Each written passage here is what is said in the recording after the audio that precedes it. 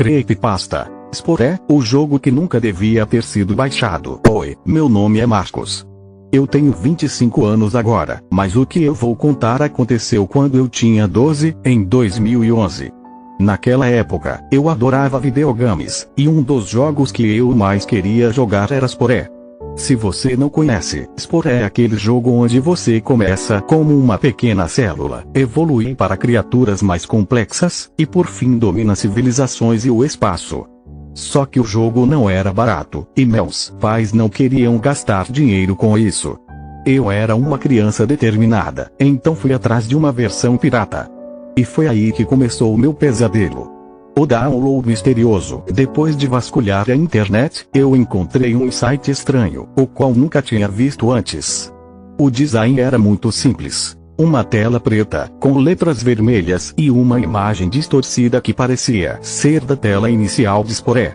Embaixo, o título dizia: Sporé, versão perdida. E o que mais me chamou a atenção foi a frase logo abaixo: a verdadeira versão que a EA Games nunca quis lançar. Eu era só um garoto curioso, e o título me fez acreditar que estava prestes a descobrir algo raro e especial. O botão de download não parecia muito confiável, mas eu não liguei. Cliquei e, em poucos minutos, o arquivo estava no meu computador. Era um executável chamado SP0R3 RealEase. O nome parecia esquisito, mas, na época, não desconfiei de nada. Assim que abri o jogo, percebi que as coisas já estavam estranhas.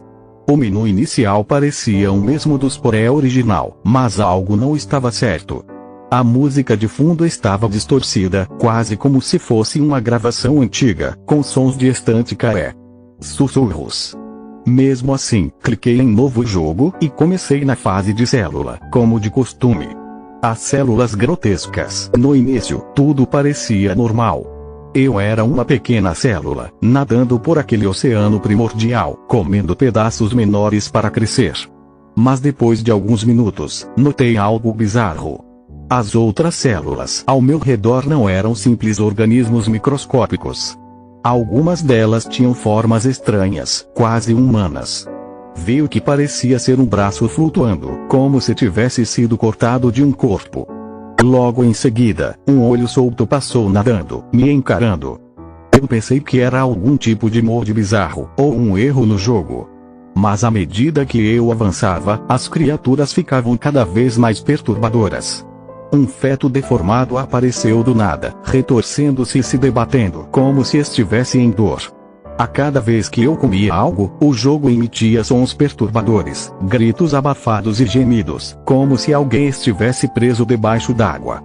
Mas o que mais me incomodava era a sensação de que algo estava me observando, esperando que eu continuasse jogando. A evolução macabra. Eu tentei ignorar o que estava acontecendo. Continuei jogando, forçando a mim mesmo a tratar aquilo como um bug estranho ou uma piada de mau gosto. Mas quando a minha célula finalmente evoluiu, a situação só piorou. Em vez de me transformar em uma criatura alienígena, como no jogo original, meu ser evoluído parecia humano. Ou quase isso. Minha criatura era uma massa de carne mal formada, com braços e pernas retorcidos. O rosto era uma mistura grotesca de partes humanas. Olhos mal colocados, bocas costuradas, e uma pele pálida que parecia ter sido arrancada de um cadáver. O cenário ao redor também tinha mudado. O oceano primordial deu lugar a uma poça escura, quase como se fosse feita de sangue coagulado. Em vez de criaturas marinhas, pedaços de corpos humanos flutuavam ao meu redor, muitos deles retorcidos em posições impossíveis. O som de fundo era agora uma mistura horrível de estática, sussurros e algo que parecia ser uma criança chorando ao longe. Eu tentei pausar o jogo, mas o botão de pausa não funcionava. Tentei fechar a janela, mas o jogo se recusava a sair. A única coisa que eu podia fazer era continuar jogando. A figura sombria. À medida que avançava, eu comecei a perceber algo novo. Havia uma figura, sempre à distância, mas claramente visível. Parecia uma criatura humanoide, mas muito mais alta e esguia do que qualquer coisa que eu já tinha visto. Seus membros eram longos demais, como se fossem feitos de ossos esticados. E o pior, Ele me seguia. Sempre que eu me movia, ele estava lá, à espreita. Finalmente, o jogo entrou em uma nova fase, mas não era o ambiente de terra firme que eu esperava. Eu estava em um espaço vazio, escuro, com apenas o som de meus próprios passos ecoando. E lá estava ele, a figura me observando. A cada movimento que eu fazia, ele parecia se aproximar mais. Minha respiração começou a se acelerar. Eu queria sair daquele jogo, mas não havia como. E então, sem aviso, a tela congelou. Por um momento, achei que finalmente tinha travado. Mas antes que eu pudesse tentar forçar o computador a reiniciar, uma mensagem apareceu na tela, em letras vermelhas grotescas. Você nunca deveria ter baixado isso. Foi nesse momento que o terror real começou. A figura apareceu na tela, de perto, seus olhos vazios encarando diretamente para mim. Minha visão começou a piscar, e o som de gritos ficou mais alto, cada vez mais insuportável. O jogo travou de vez, e a tela ficou preta. O computador reiniciou sozinho. O pós-jogo, quando a área de trabalho voltou, algo estava errado. Todos os meus ícones tinham desaparecido. Tudo que restava era um único arquivo, com o mesmo nome do executável original, só que agora ele dizia ele ainda está aqui. Eu não abri. Desliguei o computador e corri para o quarto dos meus pais, dizendo que algo estava errado. Eles tentaram me acalmar, mas não sabiam o que estava acontecendo. Eu passei a noite em claro, incapaz de dormir, ouvindo sons no silêncio da casa, como se algo estivesse se movendo na escuridão. Nos dias seguintes, eu comecei a ter pesadelos constantes. Toda noite, a figura voltava, me observando do canto do meu quarto. Eu acordava suando frio, com a sensação de que ela estava mais perto a cada vez.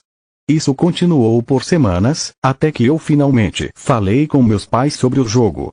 Eles me levaram para um terapeuta, achando que eu estava exagerando. Mas, mesmo com a terapia, o medo persistia. Eu não conseguia tirar da cabeça a sensação de que algo tinha saído daquele jogo, algo que não deveria existir.